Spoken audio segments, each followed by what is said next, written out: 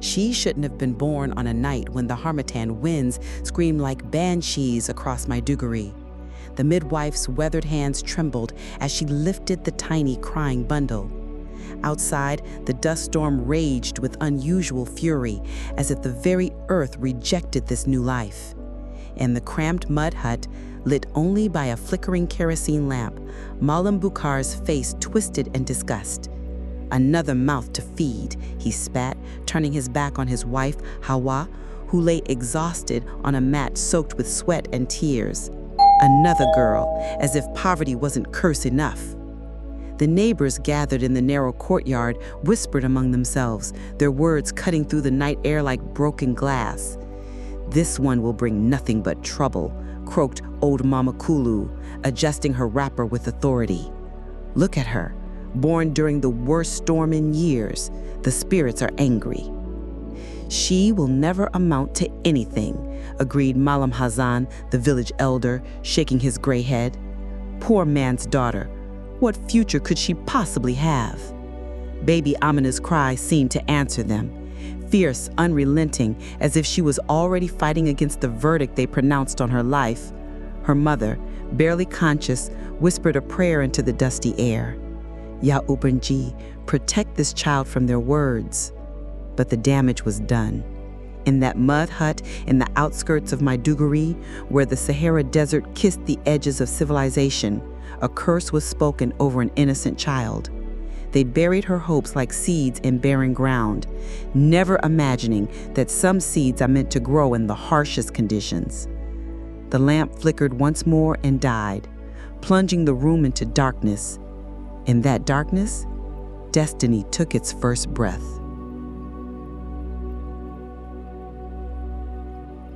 "7 years later, little Amina's bare feet had learned every stone, every thorn, every crack in the 3-kilometer path to the village school.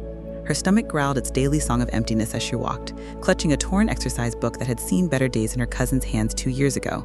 "Amina, the cursed one!" The children's voices followed her like vultures. "Look at her wrapper, more holes than cloth." Their laughter echoed across the dusty playground, sharp and merciless. She kept walking, her head held high, despite the shame burning in her chest. In the classroom, Teacher Musa barely glanced her way when she raised her hand. When she did speak, her answers, always correct, were dismissed with a wave. "Sit down, child. Leave the thinking to those who can afford notebooks." The words stung more than hunger ever could. At home, the familiar scene awaited her. Her father hunched over a broken radio, searching for news of better times that never came. Her mother, Hawa, sat grinding millet, her hands moving in the same circular motion they'd made for 20 years, wearing grooves in the stone, just as poverty had worn grooves in their lives. "Mama," Amina whispered one evening, "why do they hate me for dreaming?" Hawa's hands stilled for a moment. She looked at her daughter, thin, determined, with eyes that burned too bright for a child who'd never had enough to eat. "Some people," she said softly, "are afraid of dreams because they've forgotten how to have them." That night, Amina's world shattered completely. She discovered her Aunt Fatima, the only relative who'd ever shown her kindness, rummaging through her small collection of borrowed textbooks. The books her teacher had secretly lent her. The books that were her lifeline to a different future. "Aunt Fatima, what are you doing?" The older woman couldn't meet her eyes. "I'm sorry, child. We need the money. These books, they can buy us food for 3 days." As Amina watched her aunt walk away with her dreams tucked under her arm, something died inside her. But something else was born. A fire that would either consume her or forge her into something unbreakable. "I will never depend on anyone again," she whispered to the empty night. The dust settled around her words, but the promise remained. The moon became Amina's teacher. While her family slept on worn mats, she crept outside with whatever scraps of paper she could find. Under the silver light, she traced letters in the dust with her finger, whispered mathematics to the night air, and dreamed of worlds beyond the mud walls of Maiduguri. Malam Ibrahim, the old man who swept the church, noticed her nocturnal rituals. One night, he approached with a bundle wrapped in torn cloth. "These belong to my grandson," he whispered, glancing nervously toward her father's hut. "He died in the city, but his books, they shouldn't die too." Amina's hands shook as she unwrapped the treasure. 3 textbooks, worn but complete. Mathematics, English, and science. To her, they were more precious than gold. "Why?" she asked, tears streaming down her dust-covered cheeks. The old man smiled, his weathered face creasing like ancient leather. "Because some dreams are too important to let die. Child, Some dreams can save us all. But her secret couldn't last forever. You want to marry her off now? Hawa's voice cracked through the thin walls like thunder. She's only 13. She's old enough to be useful. Malam Bukhar's response was final, brutal. Malam Sule will give us enough money to fix the roof and buy seeds for next season. What more could we ask from a daughter who brings us nothing but shame? Amina pressed herself against the wall, her heart hammering so loud she was certain everyone in Maiduguri could hear it. Marriage. The end of everything, the death of every dream she'd nursed under the moonlight. I won't let you do this, Hawa's voice was steel-wrapped in velvet. Not to my daughter. Your daughter? She belongs to this family, and this family needs to survive. Dreams don't put food on the table, woman. That night, Amina made a decision that would change everything.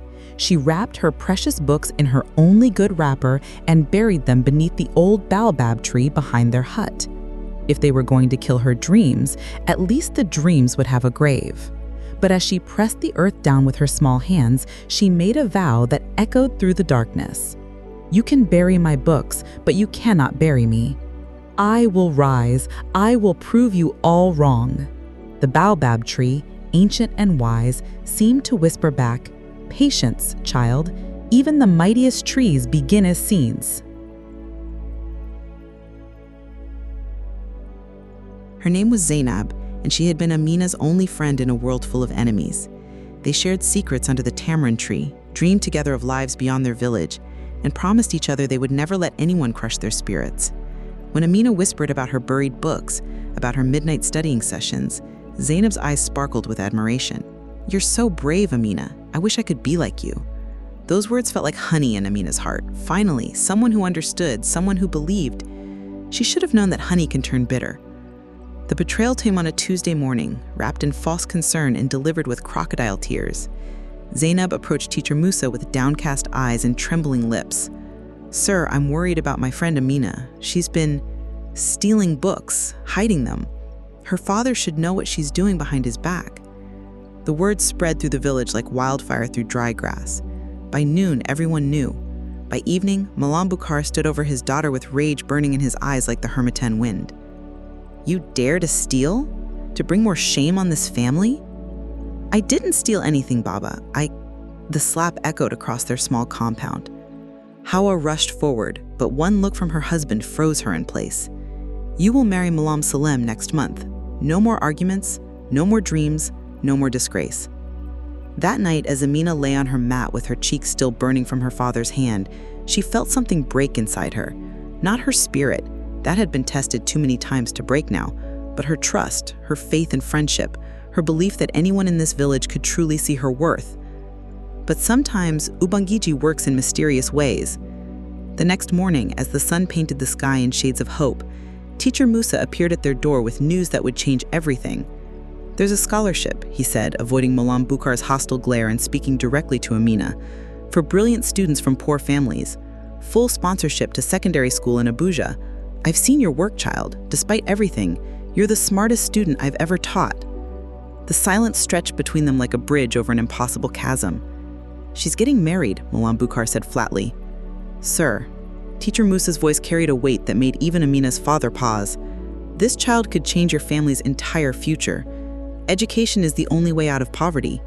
Don't let your pride destroy her destiny." As Amina watched her father wrestle with greed and tradition, she knew her life balanced on the edge of a knife. One wrong word, one moment of weakness, and her dreams would die forever. "Give me 3 days," she whispered. 3 days to prove I'm worth more than a bride price." The sound came first, distant thunder that wasn't thunder, growing closer like the footsteps of death itself. Amina was drawing water from the well when the first explosion shattered the morning peace. The metal bucket slipped from her hands, clattering against the stones as women began screaming, children crying, men shouting orders that made no sense in the face of terror. "Boko Haram." The words ripped through the air like bullets. "They're coming!" She had heard the stories from other villages. Whole communities erased, schools burned, children taken, dreams murdered in broad daylight. But Maiduguri was different. Maiduguri was safe. Maiduguri was a lie. The smoke rose black against the blue sky as Amina ran toward her home, her feet finding speed she didn't know she possessed. Her scholarship papers, hidden beneath her mat, they had to be saved. Her future couldn't burn with her village. "Mama," she screamed, bursting through their doorway. "Mama, where are you?" The hut was empty. Overturned pots, scattered grain, and blood on the floor told a story she couldn't bear to read. Outside, the sound of gunfire grew closer, punctuated by screams that would haunt her dreams forever. She grabbed the scholarship papers with trembling hands, stuffed them inside her wrapper, and ran toward the back of the compound. The baobab tree. Her books were still buried there. But as she dug frantically in the earth, the world exploded around her. The blast threw her against the tree trunk, her vision swimming as debris rained down like hail. Through the ringing in her ears, she heard voices. Harsh, male, speaking words that promised nothing but death. Search every house, kill the men, take the young ones. Amina pressed herself against the ancient bark of the baobab, her heart beating so loud she was certain they would hear it. 12 meters away, her childhood home erupted in flames. Everything she had ever known was burning. But she was alive. Hours passed like years. The sun moved across the sky as Amina hid, paralyzed by terror and grief. When the silence finally came, deeper than any silence she had ever known, she crawled out from behind the tree to find her world erased. Bodies littered the compound. Her neighbors, her friends, people who had laughed at her dreams and people who had secretly cheered for her success. Death had made them all equal. "Mama," she whispered, searching through the devastation. "Baba." She found her father near the well, clutching his Bible, his eyes staring at nothing. But her mother was nowhere to be found. Taken or escaped, Amina couldn't know. But in that moment, as she knelt in the ashes of her childhood, she made a promise that would define the rest of her life. "I will survive. I will succeed, and I will never, ever let anyone make me small again." The scholarship papers crinkled against her chest as she stood, brushing dust from her torn wrapper. Behind her, her village burned. Ahead of her, the world waited. She started walking toward tomorrow. The city swallowed her whole. Lagos breathed differently than Maiduguri. Thick air, heavy with exhaust, ambition, and broken dreams. Amina's scholarship had relocated her here for safety, but the government stipend barely covered school fees, let alone food and shelter. She found work in Victoria Island, in the towering home of Mrs. Aduni Bakari, a woman whose jewelry cost more than Amina's entire village could earn in a year.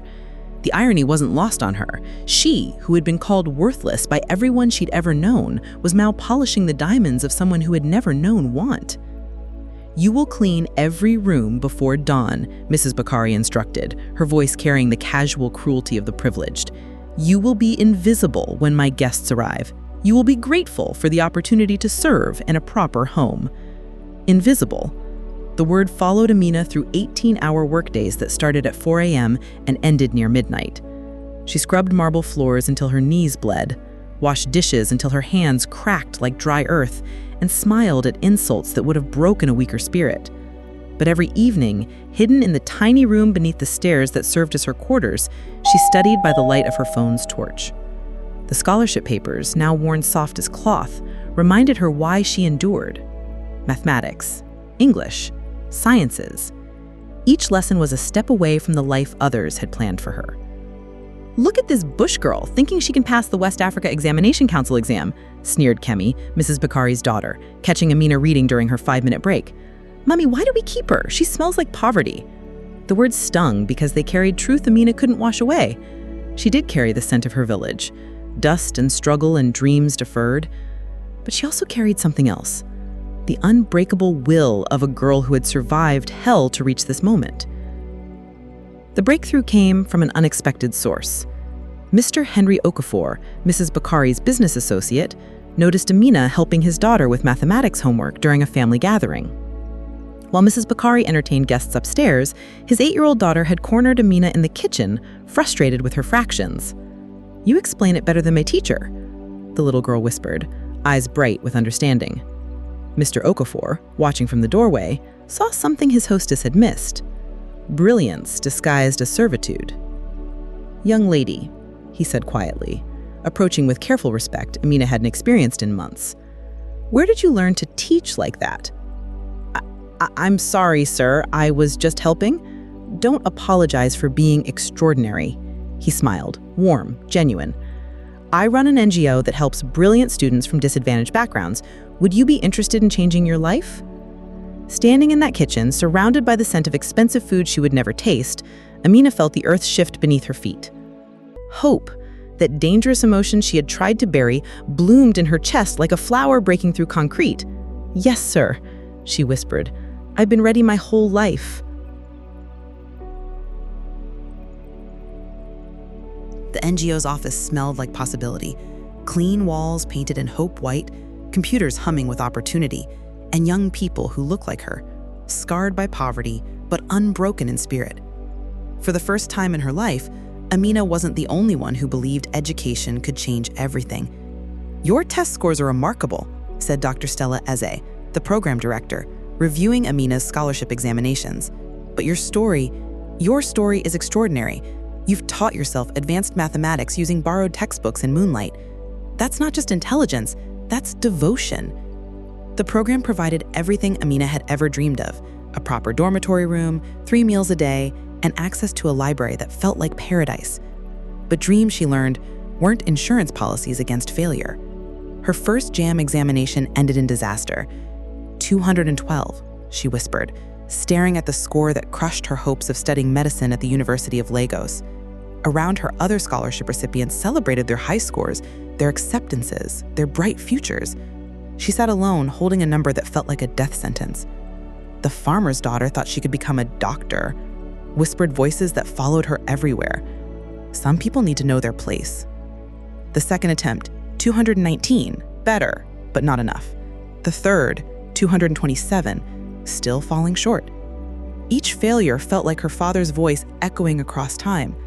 "What did I tell you? Dreams don't put food on the table."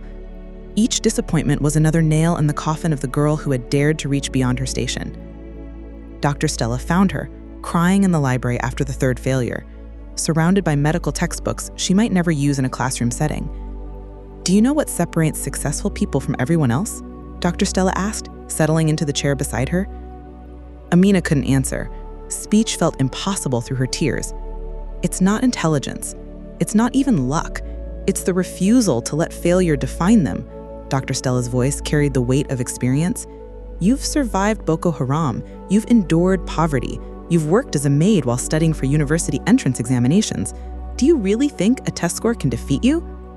That night, Amina made a decision that would reshape her destiny. If she couldn't enter medicine through the front door, she would find another path. She changed her course selection to mass communication, a field where her story, her voice, her unbreakable spirit could become her weapons. The fourth JAM attempt, 245. Acceptance letter, University of Lagos, mass communication. Standing in her dormitory room holding the letter that represented years of struggle and sacrifice, Amina whispered a prayer of gratitude that rose like incense toward heaven. "I'm not the doctor my village expected me never to become. I'm something better. I'm unstoppable." The girl who had been buried like a seed was finally ready to bloom.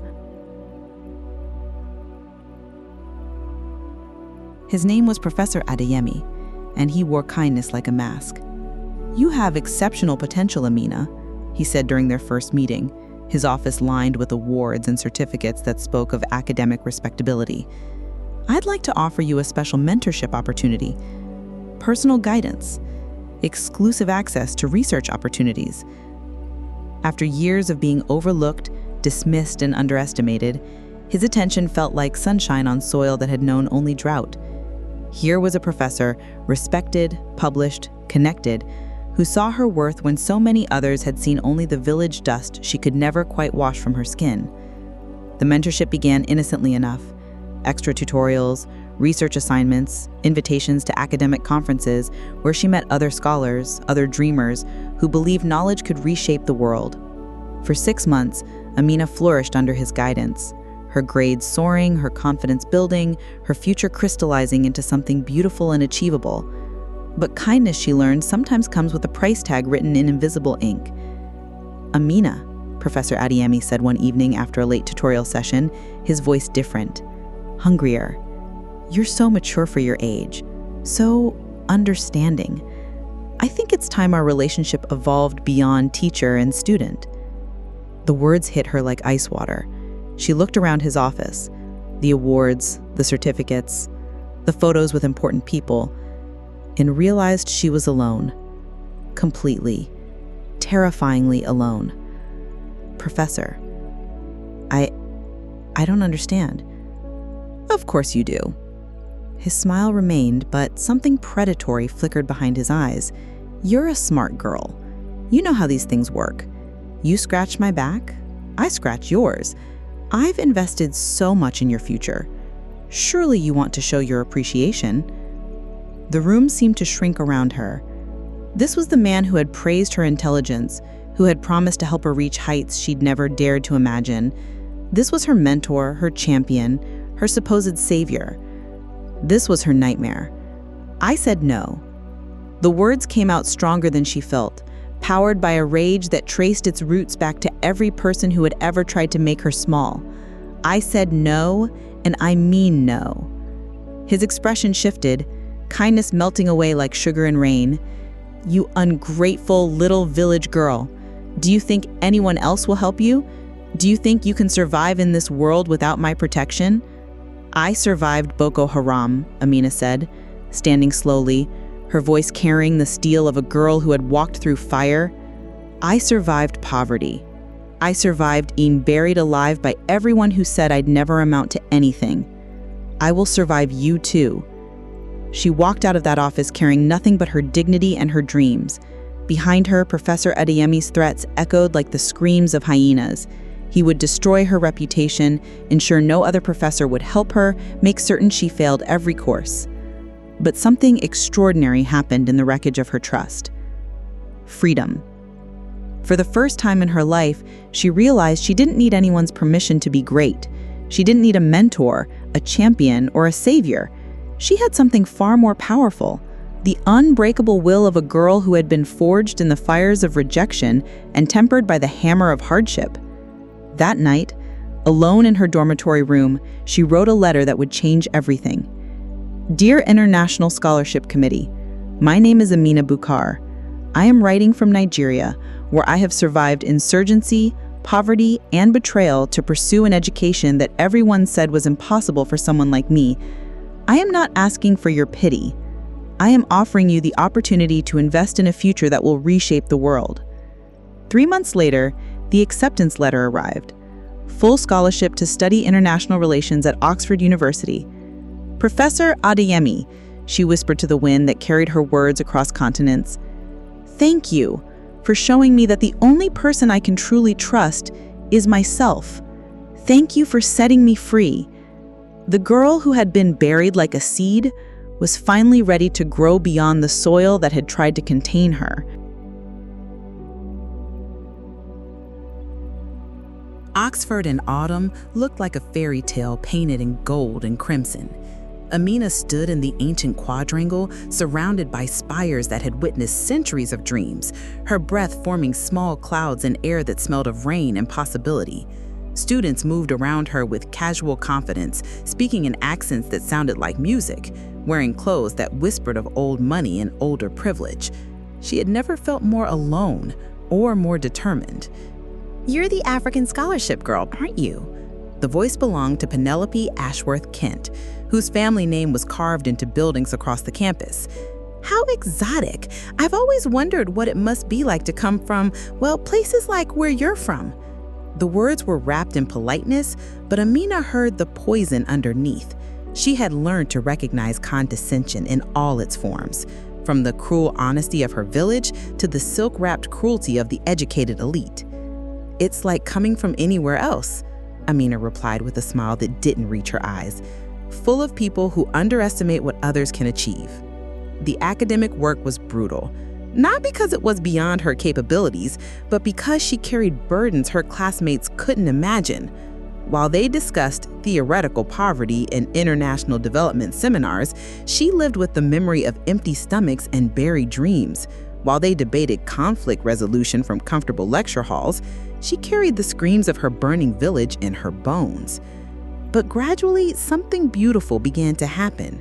Her essays, written with the fire of lived experience, earned recognition from professors who had read 10,000 academic papers, but had never encountered truth written in such raw, powerful prose. Her presentations on post-conflict recovery drew standing ovations because she spoke not from textbooks, but from survival. "Miss Buchar," Professor Williamson said after her dissertation defense, "in 30 years of teaching, I have rarely encountered scholarship that combines such rigorous analysis with such authentic voice.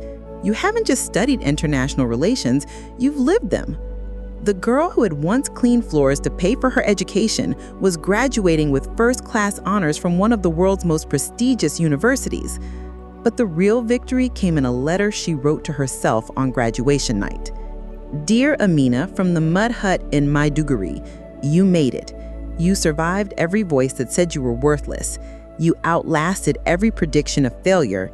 You transformed every betrayal into fuel, every setback into setup for something greater. Tomorrow, you return to Nigeria not as the village girl who left, but as a woman who carries the hopes of every child who has ever been told they don't matter. Your dreams didn't die when they tried to bury them. They grew roots in the darkness and bloomed in foreign soil. Now it's time to come home and plant seeds in the hearts of others. The world is waiting for your voice." Standing on the steps of the Bodleian Library, diploma in hand, Amina looked up at the stars that had guided her from Maiduguri to Oxford and whispered a promise that would define the rest of her life. "I will never let another child believe they are worthless. I will never let poverty or prejudice have the last word.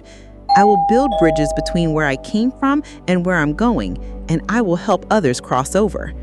The wind carried her words across oceans back to a small baobab tree where her first dreams lay buried, waiting to be resurrected. The plane descended toward Maiduguri International Airport, and Amina pressed her face against the small window, watching the familiar landscape unfold below like a map of her childhood.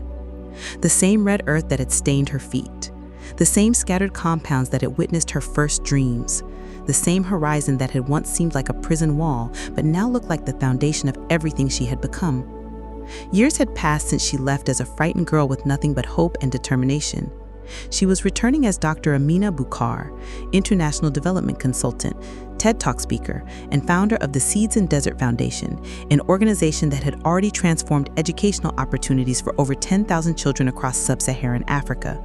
But home, she had learned, was not a place you returned to unchanged. The village gathered in the same dusty courtyard where they had once pronounced her worthless. But now they pressed forward with eager faces, hands extended in greeting, voices calling her name with a respect that tasted bittersweet on her tongue. "Amina, our daughter, our pride." She stood where she had once knelt in shame, watching these same faces that had whispered curses over her birth now beam with reflected glory. The irony was not lost on her, but neither was the opportunity. "I want to tell you a story," she began, her voice carrying easily across the silent crowd, "about a little girl who was told she would never amount to anything, about neighbors who said she was cursed, about dreams that were buried like seeds in soil that everyone said was too barren to grow anything beautiful." The crowd shifted uncomfortably. They remembered their words, their prophecies, their casual cruelty. That little girl learned something important in her journey from this compound to universities in London, from village meetings to conferences at the United Nations. She learned that when people tried to bury you, they might just be planting you. Old Mama Kulu, now bent with age, stepped forward with tears streaming down her weathered cheeks. "Forgive us, child, we were wrong, so wrong." Amina looked into the face of the woman who had once called her cursed and felt something break open in her chest. Not pain, but release. Not bitterness, but understanding. "There's nothing to forgive, Mama. You taught me something precious, that other people's opinions of us don't have to become our reality. You gave me the gift of proving everyone wrong, including myself." Later, as the celebration continued around her, Amina walked to the old baobab tree where she had once buried her books in desperation. The tree stood unchanged, ancient, and wise, its roots deep in African soil, its branches reaching toward infinite sky. She knelt where she had knelt as a 13-year-old girl and dug with her hands, manicured now, soft from years of academic life, but still strong until she found the wrapped bundle of rotting books that at once represented her only hope. "Thank you," she whispered to the books, to the tree, to the girl she had been. "Thank you for believing when no one else would." As the sun set over Maiduguri, painting the sky in shades of gold and promise, Amina stood before the gathered crowd one final time. "Tomorrow, we break ground on the Hawa Bukar Memorial School," she announced, her voice strong with purpose, "named for my mother who taught me that some dreams are too important to let die. This school will ensure that no child in this village ever has to choose between poverty and education, between survival and dreams." The crowd erupted in celebration, but Amina's eyes found the horizon, the same horizon that at once seemed like a limitation, but now appeared endless with possibility. She thought of the girl who had been buried like a seed years ago and smiled. Seeds, after all, are not buried to die. They are buried to grow. And sometimes, if they're planted deep enough, if they're watered with enough tears, if they're tended with enough determination, they grow into forests that change the world. They buried her like a seed, but she rose like a forest, creating shade for those who would come after her, dropping new seeds of possibility with every word she spoke, every life she touched, every dream she helped others dare to dream. In the end, the village girl who was told she would never amount to anything became living proof that the size of your dreams should never be limited by the size of your beginnings.